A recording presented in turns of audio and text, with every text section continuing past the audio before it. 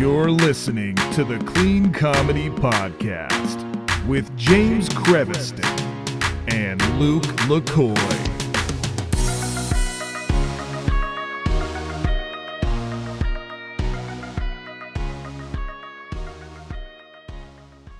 Hey, everybody, welcome to the Clean Comedy Podcast. It's James, and I'm here with my co-host, Mr. LukeLacoy. I want to do that. Like, I got to figure out how to point to you, like, that way. Okay, go ahead. Yeet. Yeet. Yeah. Skr. No. Yeah. How long have you gone without a haircut, Luke? A month? I don't know. What I'm mad about is that they opened it up for a little while, right? They opened it up, and I was like, ooh, I got a haircut. And then right at my, because I have to get them like every 2 to 3 weeks, otherwise I start to look kind of raggedy. Then at the week that I'm about to go get a haircut, they're like closed, so I haven't got to go back and get a haircut. So I'm thinking about doing one of those underground where you like knock on the door and say a secret password haircut places. I think the speakeasy haircuts. That's becoming a real thing. That's sad though. It's becoming a real thing. All right, please welcome our very special guest today. You know him, you love him. He's super funny. He makes some of the best music. I was actually listening to his music right before we got on the podcast. Mr. Ben Knight. He is driving, so he's not having video, so it's all audio. But what we're gonna do is we're gonna paste a photo of him in the in his video box for everybody there. So, all right, please welcome Mr. Ben Knight. Ben, how you doing? Hey. I love that. Yeah, I love your hey. It's so good. So you released a new song, a new album. Is it a new album or is it just a new song? It's just a new song. I just recently I was telling James I'll do a quick 10-second version here. So basically, like a lot of people, I got laid off my day job, which sucks. And so to kind of keep my Christmas spirits buoyed, I thought, you know what, I really want to release a Christmas song. I hadn't intended to. But I was like, you know what? It'll make me feel better. Hopefully, it'll make anybody else who's in a similar situation feel better, and hopefully make it feel a little bit more like Christmas. I like that. That's good. And it's a Hallmark song, so it's about making fun of Hallmark movies, which everybody knows those are the worst movies. And you always get roped into watching one of them a year. Santa, I lost Santa, finding love in Christmas or whatever, and you're like, oh, come on, guys. Like, they're totally chick flicks. I like the new Kurt Russell Santa Claus movie. Have you guys seen that one? Oh, what? I was gonna say I have not seen it, but it's funny because you said you always get roped into watching one, and I was gonna be like, child, please, because like in my house, it is a nonstop. Like the second they start running those movies, it is just non-stop. And so that's kind of why, I mean, I'll be honest with you, like a lot of times when I'm writing a song, it's not because I sat down and thought about, what should I write a song about? It's like, oh no, like life imitates art kind of thing. Yeah. Now that's the thing is, like, in my house, we do the Christmas movies, but they're not all Lifetime movies. We do like the traditional ones, your Home Alone, your, Elf, Die Hard, like all the classic Christmas movies that we do. Oh, yeah. I agree 100%. In fact, my wife actually gets irritated with me because last year, not this year, but last year when we were putting up the Christmas tree, I was like, all right, so I'm going to put on a Christmas movie. We're going to put up the tree. And of course I had to go with Die Hard. Yeah. That's the best. That's the best Christmas movie, hands down. Best Christmas movie of all time. So, I mean, Jingle All the Way is pretty good too. You know what? I'm not a big fan of Jingle All the Way. I get the love for it, but I don't know. I feel like that's Schwarzenegger's worst movie of all time, including all like the new Terminator. Oh. Well, that's just it. It's like how I mean, an hour and a half of Turbo Man. Oh, Jamie. That was good. I love that. So what really life inspires the music and stuff like that. And I think everybody can relate to the Hallmark movie not problem. I don't know what to call it. The Hallmark movie situation where if you have a woman in your life, you're going to probably have somebody who wants to watch one of those Hallmark movies, And the next one is if you have kids, they have like Snow Buddies, which are like the Air Bud puppy dog movies, but like at Christmas time, they're like Snow Buddies, I think is what they're called. I've only seen like a few of them because my kids, when they were younger, wanted to watch them. But yeah, you get roped into that, or Frozen, or whatever the kids or the just non-traditional Christmas movie. Although I would say that the worst Christmas movie of all time, hands down, if you haven't seen it, avoid it, is called Last Christmas with the mother of dragons and the dude from Crazy Rich Asians. They're in it, and it's like it's terrible. It came out last year, 2019, and it was the worst Christmas movie ever. Actually, in fact, I might say it's the worst movie ever, even worse than The Room. And that's saying something. Oh, I don't know. Like, come on, The Room. I mean, The Room is awesome for many different reasons, but it's, Right. you know, it's like anytime you have somebody come in a room and go, "Hey, Mark." but that's the thing, is that still has a redeeming quality in it, whereas Last Christmas does not have a redeeming quality in it whatsoever. That's very true. Well, here's my thing with it, and we'll just jump right into it. So Let's my do it. problem with Hallmark movies is they're so, like, people worry about kids seeing porn and violent movies and violent video games, which I agree with to a certain extent, of course, and of course for the porn, but like, they don't realize how unrealistic these movies are. Yes. You know, it's unbelievable. It's, you know, you always have this girl who's, you know, usually in her late 20s, early 30s, and she's like never been married, and you can see why. I mean, you know, she loves cooking, she loves cleaning, she's like a 9.8 out of 10, you know, and she's like, clearly this woman, it's like she's the most generous person you've ever met. She's like, I just don't know why anybody doesn't love me. And it's like, yeah, I know. What the, you know, it's like, no, come on, that's not realistic. And you know, and then the guy is always like a millionaire, because, you know, what ends up happening is, like, you know, a girl slips on ice while she's getting a Christmas tree and bonks her head, and then all of a sudden she's got, you know, she can't remember who she is, and this guy who just happens to be like a gazillionaire finds her. And because it's always funny because they'll always kind of like pan outside. You're like, oh, that looks like a nice little cabin or something. And it shows the inside. It's like the inside of a sultan's palace. Yeah. And it's like, all right, come on, man. Like, this is ridiculous. And I don't know. I think that's part of it. I think it's just so, I can get behind. Now, here's the thing, and I've even got a song about it. Like, I myself, I do like romantic comedies. I'm a big fan. Like, I was raised by women. Like, you know, I'm just to the left of having a uterus. So, but, you know, I like that kind of thing, but I like the realism. Like, nobody, and I even mentioned it in the song, you know, it's like, you know, again, like, you know, this woman meets this guy, you know, she's perfect. He doesn't see it. You know, it's ridiculous. You know, he's all bummed out because, like, I don't know, maybe he was married before. You don't know. He's got a kid, but, like, he never says anything about his wife. And that's always the weirdest thing, too, is, like, the guy always has a kid or kids.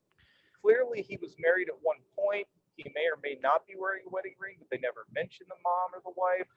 And, like, she meets his kids, and all of a sudden, like, 2 days later, they're like, we love her. It's like, you just met her. You don't know if she's, you know, she might have other kids in the back of her trunk. You don't know. And so it's just like, I don't know.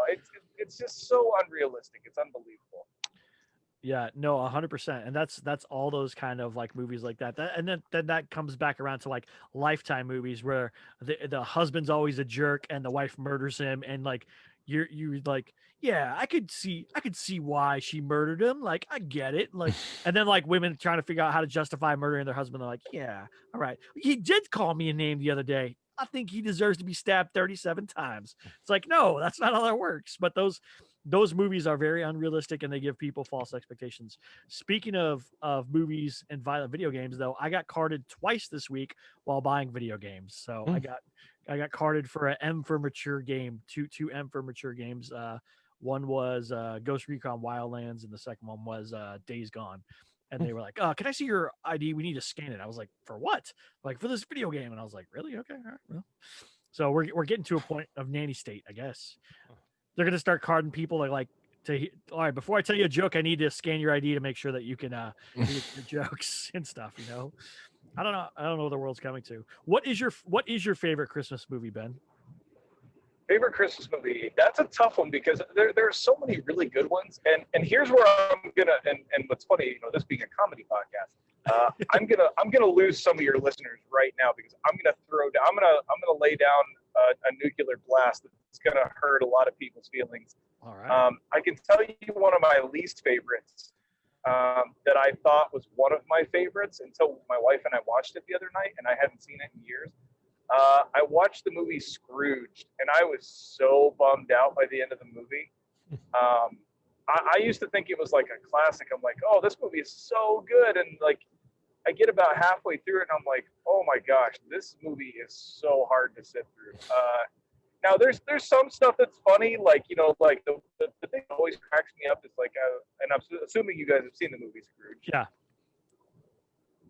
Okay, so the part where like it says like on the wall it says cross and it says a thing you nail someone to. I was like, okay, that's pretty funny. Like it's weirdly inappropriate, but so is the whole movie. So, but no, I watched that and I was pretty bummed out. But favorite Christmas movies, I mean, Die Hard, of course. I don't care what anyone says. Like, it's a Christmas movie. Like, let's just be, let's be real about it. Bonnie Bedelia, Bruce Willis, and of course, Mr. Hans Gruber. That's always funny for me. It's like, when I'm putting up the Christmas tree, my 5-year-old daughter comes in. She's like, Daddy, it's Hans Gruber.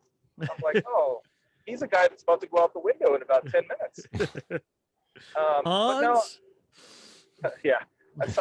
I just like, well, it's just so funny. I find that the things that I remember most in movies, and here's where I pivot just a little bit here. Have you guys ever seen the movie Rounders? A long time ago. It's the poker game with like Matt Damon, I think, isn't it? Is that right? Correct. Mm-hmm. So, and the best performance in that movie is actually the worst performance in that movie, and it's John Malkovich doing the worst Russian accent you've ever heard. Mm-hmm. But it's so but he is so riveting, you don't care. Yeah. And so that's kind of the same thing to me with Hans Gruber, because I mean, God bless him, rest in peace. He's still Alan Rickman's still one of the greatest actors that's ever been for me. Agreed. But when he's when you just hear it in his voice, he's like, ah, yes, Mr. Cowboy, and just, or when he says yippee-ki-yay, and it's just so funny because it's like, come on, Alan, you're so good. What happened? He's like, we got it in one take. I'm done. It's like, all right, fair enough. But I mean, as far as Christmas movies, I'm gonna have to go with. You know what? Tell you what, I'm gonna pivot again because I'm having a really hard time with this. What's your guys' favorite Christmas movie? All right, Luke, go ahead. I like Home Alone. That's a classic. And then Edward Scissorhands. And then the family favorite is Christmas Vacation. Oh, that's a good one. That is a good one. I would have to go with, besides Die Hard, my next favorite one would be A Christmas Story. I absolutely love that movie. There's everything about that movie is perfectly family Christmas. It's everything that is going to go wrong on Christmas, everything that goes right on Christmas, everything about being a family, everything about dealing with that as a parent, dealing with it as a kid. It's literally the entire Christmas cycle in a film from beginning to end of okay, Christmas time is starting. Here's what happens. And these are all of the struggles that everyone in that family goes through during that time period, from the dad, the mom, the little brother, Ralphie, everybody struggles in that movie. And it because you've had those struggles in your life during that Christmas time, where as a dad, you're worried about what to get kids or what you're going to do or how to make Christmas special. As a mom or even as a parent, getting everything on the plate, making sure everyone has a gift that they want, making sure that you're not going to let your kids down. And then also being able to get something for yourself or get something that's going to be special to you or your spouse. And then as a kid, it's, the magic of Christmas. What do you want? What do you want to get out of it? People telling you that you can't have something or that that what you want is stupid or a bad idea, and it's not usually adults, usually other kids or something like that. But I mean, recently we saw that Santa Claus who told a kid he couldn't have a Nerf gun for Christmas. It's that brought me right back to that movie where you're going to shoot your eye out, kid. Right away, I was like, oh, there we go. There it is. And so that movie's probably the perfect summary of Christmas. And it's also hope. And also, there is the real Christmas element of it in there. And it's a great movie. And then, Home Alone is by far just perfect, classic Christmas fun, like chaos of you could see someone's Christmas being ruined by the chaos that ensues in that movie, and I absolutely love that movie too. So those would be my three: Die Hard, A Christmas Story, and Home Alone. We just watched Home Alone last night, I think. It was last night or night before. Yeah, we watch a Christmas movie every night. I think tonight's Elf, if I remember right. So Good choice. but I love Elf too. No, Elf is great, and but it's also one of those movies where it's now being parodied as a movie. Like there's a new movie on Disney Plus called Godmothered. That's basically a parody of Elf with a godmother. She comes from another place. She like comes here a weird way, like, you know, through the Lincoln Tunnel and all that stuff, and ends up in the city, and then like tries to find somebody to you know, you have to find this person, and then you have to help them. And what it's like, it's such a weird parody of Elf, but I actually liked it. That was a good movie overall. But you could see all the Elf connections. It's like Elf and Enchanted had a baby and then had that movie. So do you have a Christmas tradition that you usually do all the time, Ben? Christmas tradition. I mean, you know, of course we do we might be slightly, I mean, everyone puts up their Christmas tree usually at like the day after Thanksgiving or something like that. My wife is like, oh no, we're putting this sucker up like the day after Halloween. And so, No. Yeah. Christmas is a very big deal to my wife. Like, it's a very like. Mine too. She's kind of like, I've never met anyone. Well, I've met tons of people who say they don't like me. I've never met anyone who says they don't like my wife. Like, she is the embodiment of all that is good. And so, like, for her, Christmas is her time to really shine. And so my entire house just looks like, you know, I mean, the North Pole just threw up everywhere all over my house. Like, my kids are wearing elf shoes. There's like a reindeer on the lawn. Like, you know, I mean, she was making, so today, so here's the thing. So, you know, I live in North Dakota, and so here there's a very large Norwegian population. My wife is 100% Norwegian. And so, you know, they make things like kaka, which sounds hilarious, as it should. What it is, it's basically, it's almost like taking like a weird pancake and then you turn it into like you put it onto what looks like a waffle maker, and then you like fold it into like a cone, so it looks like an ice cream cone. And then traditionally, I think they put like fruit in it or something like that. But like, you know, we're Americans, so we put like butter and lard and stuff like that in it. Wait, is it supposed to be a sweet treat or a savory treat? It's a little bit of, well, I wouldn't say it's savory, because it borders on like sweet and not sweet, because it's kind of like, it's almost like an ice cream cone, where like an ice cream cone does have like a sugary quality to it, but it's not like sweet.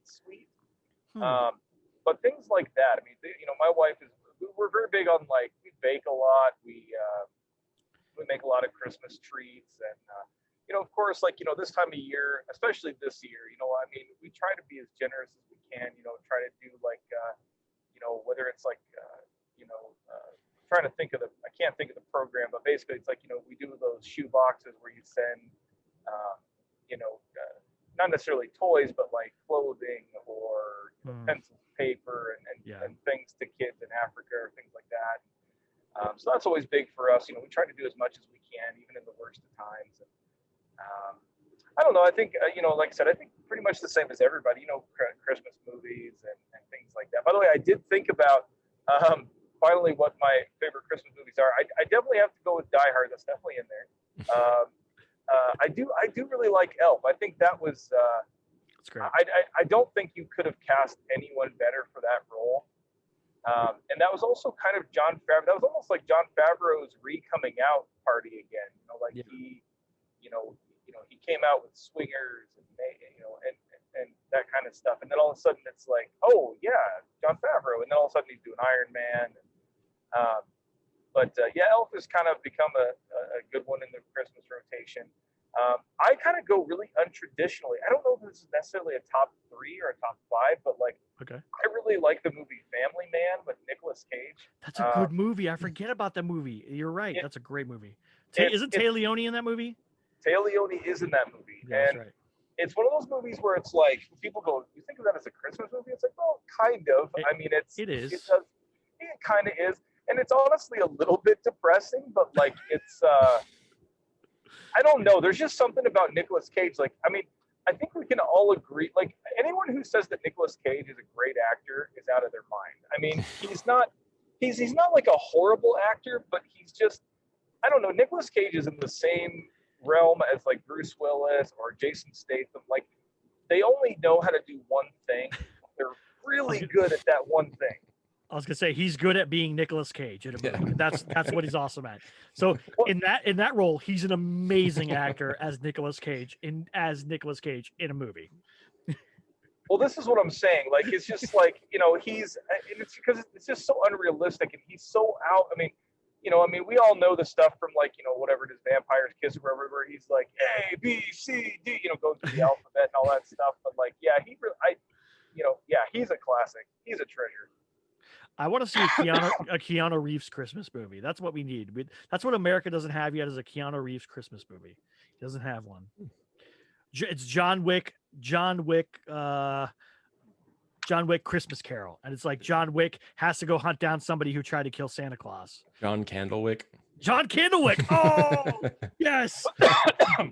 Oh, that's better than mine. I thought of John Wickness, so that's better. Yeah, John Candlewick. I like that. There's actually a new movie that out with it's got Mel Gibson and the guy, he always plays a bad guy. He was like in The Shield and stuff. I always know him as Shane, but he always plays the bad guy in movies. But it's called Fat Man, and it's about a kid who gets coal for Christmas and then hires a hitman to hunt down and kill Santa Claus. And Mel Gibson Santa Claus, and it looks awesome, and I can't wait to watch it. Actually, that's on my list this year. I was trying to think his name too. I'm brain farting it, but he played Boyd in. He plays all the good bad guys, man. Yeah, he was really excellent. What's his name? I'm gonna go. Walton Goggins. Thank you. Yes. And he's one of the best bad guys ever in American Ultra. He's like, he gets his teeth knocked out and stuff or whatever. And he laughs. He's like the silliest, craziest character. Like he's such a good actor. That guy is so underrated. It's fantastic. But the problem is they never have him like headline a movie. Like he's not big enough to carry a movie, but you know who he is. And he could be always a great supporting actor in any film. Well, he was excellent in. I don't know if you guys ever saw the show Justified. Yeah, that movie's amazing. He's a great bad guy. Again, a bad guy. He's really, really good. It's funny that came up, and because it's funny because that kind of movie, it's almost like Krampus or any of those other kind of like, you know, offbeat, you know, more mature audience Christmas movies. I saw it and I was just like. The hard part for me, the thing that I have the hardest part getting around isn't even the fact that like there's someone who's trying to assassinate Santa Claus. Like that seems okay to me. Yeah.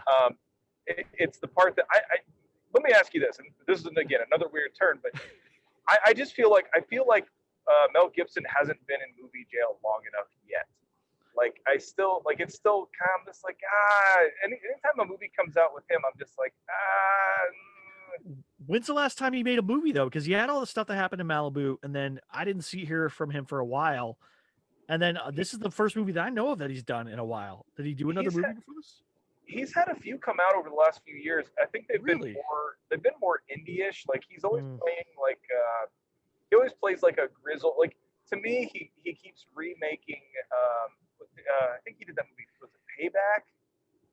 Like years and years. But like I think his daughter gets taken away. That's always how it is. It's always like a daughter or a granddaughter or somebody, and he's like, "All right, I'm gonna come help you." He plays all these grizzled characters now that he's like in his 60s, and it's like, I don't know. He did Daddy's Home too. He did Daddy's Home too way back in 2017. That's a great movie, by the way, too. That's a good Christmas movie too.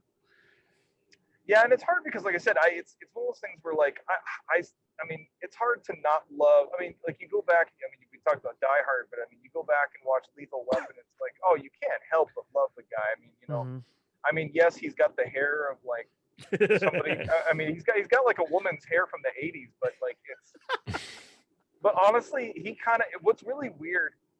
So I mean, there's so many things in history. Like you can go like, well, yeah, but they pulled it off, and it's like Mel Gibson with that horrible hair. It's like, yeah, but he pulled it off.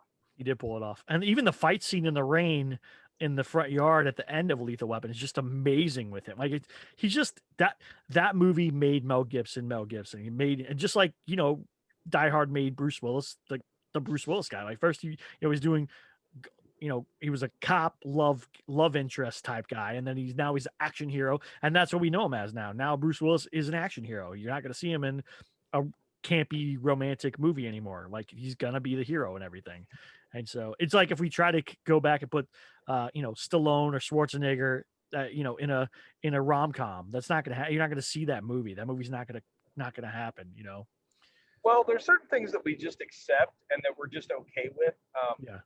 I remember when the Expendables came out, I and love those movies. a couple of buddies of mine, we were like, okay, we have to go see this in theaters. Like, we have no choice. Like, Yeah. and it was everything you wanted. I mean, to say that it's like Oscar worthy is a far stretch, but like, it's everything you want. It's like all these horrible guy catchphrases and like, blood and guts without being like, I was thinking about the other day because we were watching Expendables 2, and I was like, you know what? Like, Sylvester Stallone is kind of a genius because if you look at the movie, like, yes, like, again, the acting is pretty rough. I mean, like, again, Dolph Lundgren not going to be put next to Helen Mirren anytime soon. Right. But but at the same time, like, he's perfect. Like, the script that Sylvester Stallone wrote and the way he directed, like, he really, like, it's always weird to me. Like, look, I love the guy, but anytime you go, wow, Jason Statham was the best actor in this movie, like, that's a really weird thing. So, but The Rock's the best actor in a movie too. You can't have that. But it's so perfect because, like, again, like, there's violence without being like disgusting or like ultra violent. Like, the only thing that happens is like guys get shot, and it's not like, And so, I think there's the one part in the first one where Terry Crews shoots somebody and like cuts the guy in half. But like, but other than that, we really pivoted away from Christmas, huh? Well, all right. So, Luke, what Christmas do you have a Christmas tradition that you do in your house? This year, no. So okay, but traditionally, like maybe something that you grew up doing. Just decorating the Christmas tree with ornaments and stuff. That's kind of it. Nothing wild or anything. We do cocoa and drive-through lights. There's a place down in San Fernando Valley called Candy Cane Lane. Oh, yeah. All the people like do their houses up and stuff. And so we do cocoa, and then you can tune to like a specific channel on the radio and it plays Christmas songs. And then we drive through the neighborhood with the kids and look at the lights and all the houses and stuff decorated or whatever. So that's our one big thing that we always do. We used to do a thing in Vegas. They closed it, which sucks. At Sunset Park in Vegas, they would do this giant light show and like drive through Christmas thing, and it's through this giant park, and the radio station only played this music to that area. So then you had to, when you're in that area, you only get one station, and it matched up with what you're driving through somehow. I don't know how they did it. And then so you drive through and it would play the music, and it was like this whole entire experience. And we took our kids until we moved out here. And then one year we went back to Vegas to go visit, and they had shut that down. They stopped doing it. I guess it wasn't like making money for the park or whatever. But I was like, dude, that was like the best Christmas thing ever. My kids loved it. I took my oldest daughter since she was literally up like right after she was born. She's born in July. We went in December.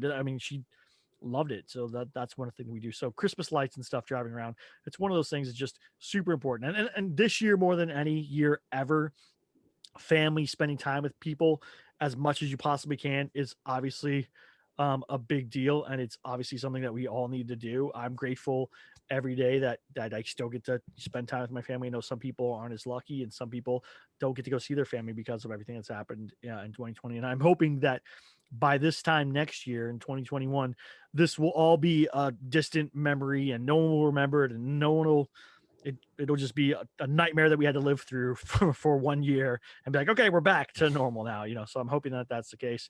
Ben, how can people get the new song, and how can they find you and find your other Christmas stuff? So hopefully this Friday, I know a lot of music distribution has been really slowed down by the old Rona. Yeah. So hopefully it'll be out. It'll be on iTunes, Amazon, all that kind of stuff. Because of the coronavirus, I've kind of had to slow my music career. Like, I'm kind of down. I don't do any more touring or anything like that. That's kind of put a real hamper on that kind of stuff. Yeah. And So for me, it's basically, and I got rid of my Twitter because honestly, it just became a giant hate tank. Yep. And so I had to drop Twitter. And so really the only thing, I mean, people can always email me. I love emails. I respond to every single email. BenKnightHipHop@gmail.com. I can also be reached at BenKnightBO@gmail.com. I still do a lot of voiceover work, so that's always a good place to hit me up. I'm also big on Instagram. I love Instagram. So on the gram. I love being on the gram. It's a way more positive experience. I'll be honest with you. But other than that, like I said, it's weird because much like everybody else and much like you guys, I'm sure, with comedy clubs being kind of shut down for the most part. It's this coronavirus really. I mean, aside from just and music's always been my side hustle, but it's just really put a damper on things. So again, that's kind of why I wanted to do. I put out the song last month and then another song this month, just to, like I said, just to at the very least spread some positivity. I love it. Awesome. Luke, where can everybody find you at? LukeLacoy all over the internet. Are you on Twitter still? You're still on Twitter? Yeah, I have. I don't use it that much, but it's there. No, I'm with Ben on that. I had to bail on Twitter, man. It was such a just a negativity. Just it's sad because some of the funniest things and best things were also on there, but that it was just if you say the wrong thing, you're the bad guy. And so with comedy, there's no matter what you type, it can come across differently than when you say it on stage or something like that. So it's a very difficult thing, but I appreciate that. So thank you guys so much for listening to the Clean Comedy Podcast. Please like, subscribe. Please leave us some reviews. We can use more reviews. Watch us on YouTube if you want. Ben's not going to be in it, but we're going to do a picture on there. And then don't forget to check out the ComedyPreneur show. That comes out every Thursday.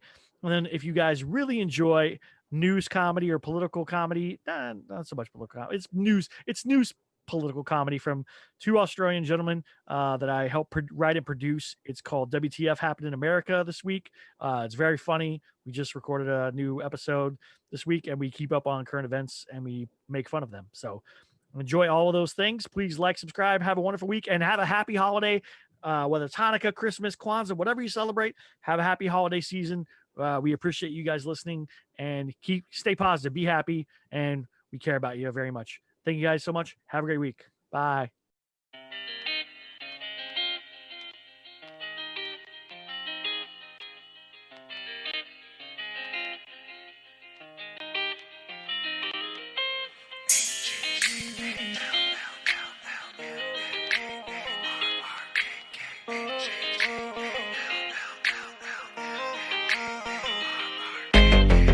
That special time of year again, when spring turns to fall, turns to winter time again. There's a shift in the earth, you can feel it all around, from the flakes in the air to the ones on the ground. There's something in the air that drives a girl insane, when pumpkin everything is all that's on her brain. I can see it in her eyes, there's nothing she can do. With every year that passes, I know this to be true. It makes me feel so uneasy when she turns on the TV. Another Hallmark Movie Christmas. How can I make it through this? Can you tell me, does it have to do with age, or is it just a stage? Another Hallmark Movie Christmas. Some decent acting would be bliss. You love the way they make you feel inside. You know it leaves me mystified. So mystified.